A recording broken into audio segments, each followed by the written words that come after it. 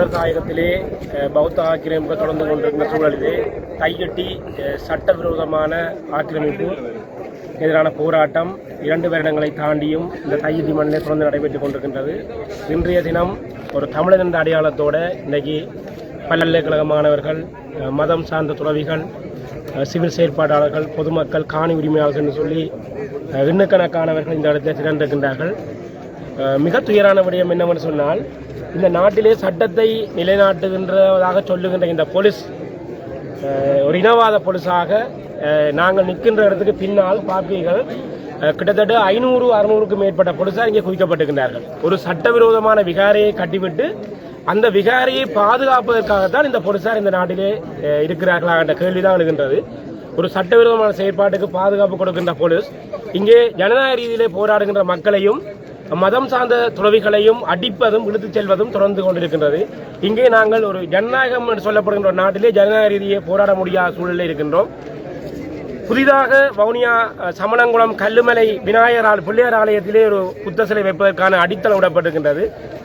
புற்று முழுதாக இந்த பௌத்த மேலாதிக்கம் தமிழர் தாயகத்தை ஆக்கிரமித்துக் கொண்டிருக்கின்ற சூழலிலே இந்த தையிட்டி சட்டவிரோதமான விகாரை அகற்ற வேண்டும் என்று சொல்லி தொடர்ச்சியாக இந்த போராட்டம் எழுந்து வந்திருக்கிற நிலையிலே இந்த போராட்டம் இன்னும் வலுப்பெற வேண்டும். முற்று முழுதாக இந்த காணிகள் விடுவிக்கப்பட வேண்டும்.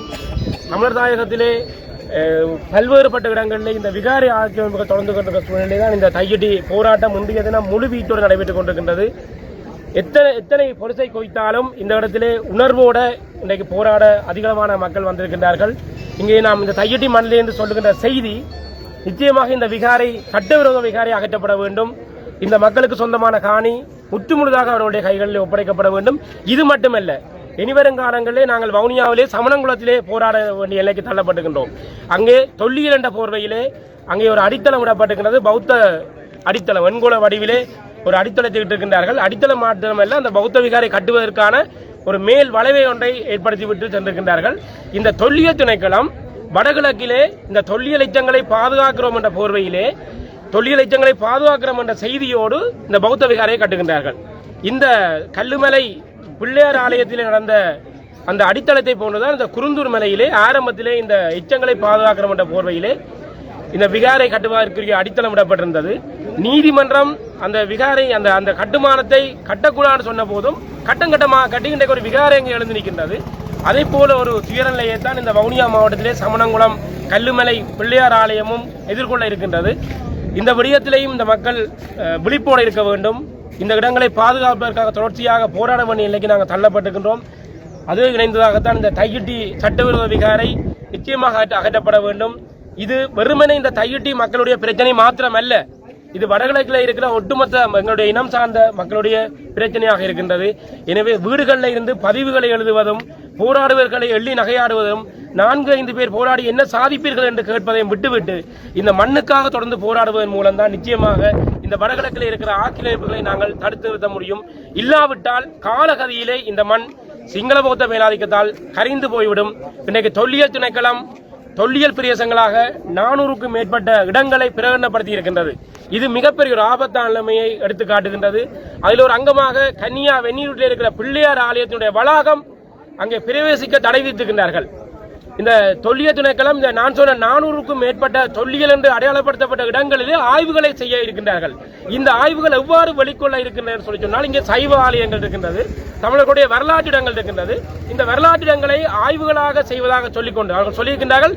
இதுவரையும் 4-5 இடங்கள் மாத்திரம்தான் நாங்கள் ஆய்வு செய்திருக்கிறோம் சொல்லி. அப்படியானால் இங்கே இருக்கின்ற 400-500-400க்கும் மேற்பட்ட இடங்களிலே ஆய்வுகள் மேற்கொள்வதாக காட்டி இந்த இடங்களையும் பௌத்த ஆக்கிரமிப்புகள் செலுத்துவதுதான் என்னுடைய நோக்கம்.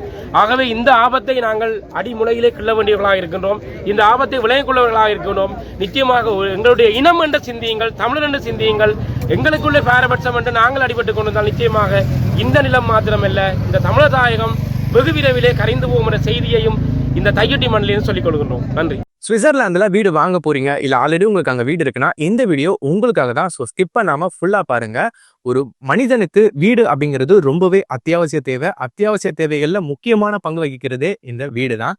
ஸோ அப்படி வீடு வாங்குறது விற்கிறது இது சம்பந்தமா உங்களுக்கு இருக்கிற நிறைய ப்ராப்ளத்துக்கு சொல்யூஷன் தர ஒரே இடம் தான் உங்கள் செல்வாசக். Your future our vision. இப்போ சுவிட்சர்லாந்துல வீட்டோட வட்டி விகிதத்துல வந்து நல்ல மாற்றம் வந்திருக்கு, நிறைய குறைஞ்சிருக்கு. ஸோ நீங்க ஏதாவது அக்ரிமெண்ட் போட்டு வச்சிருக்கீங்கன்னா இப்பவே அதை ரெனிவல் பண்ணி மாற்றி வச்சுக்கிட்டீங்கன்னா உங்களுக்கு நிறைய ப்ராஃபிட்ஸ் இருக்கும். ஸோ இது சம்பந்தமா உங்களுக்கு ஏதாவது அப்டேட்ஸ் வேணும், இந்த மாற்றத்துல உங்களுக்கு ஏதாவது டவுட் இருக்கு அப்படின்னா மறக்காம ஸ்கிரீன்ல தெரிய நம்பருக்கு கால் பண்ணுங்க. சுவிட்சர்லாந்துல நீங்க வீடு வாங்கணும் இல்ல வீடு விற்கணும் அந்த மாதிரி ஏதாவது உங்களுக்கு தேவைகள் இருந்தா மறக்காம எங்களை காண்டாக்ட் பண்ணுங்க. உங்களோட எல்லா தேவைகளையும் உங்க ஃபேமிலியில ஒரு மெம்பரா இருந்து நாங்க பார்த்து பண்ணி கொடுப்போம். இது உங்கள் செல்வாசோக். இச்செய்திகளுக்கு பிரதான அனுசரணை செல்வாசோக் இமோபிலியன், சுவிஸ் நாட்டில் முன்னணி நிறுவனம். தொடர்புகளுக்கு 07951464428. வீடு வாங்க, வீடு கட்ட, வீடு திருத்த மற்றும் வீட்டுக்கடன். Your future our vision. இது போன்ற மேலும் பல முக்கிய சுவாரஸ்யமான செய்திகளை அறிந்து கொள்ள லங்காஃபோ யூடியூப் சேனலை சப்ஸ்கிரைப் பண்ணுங்கள். எமது செய்திகள் உடனடியாக கிடைக்க பெல் பட்டனை அழுத்துங்கள். அத்தோடு எமது செய்திகளை மற்றவர்களும் பார்வையிட ஷேர் செய்யுங்கள். நன்றி.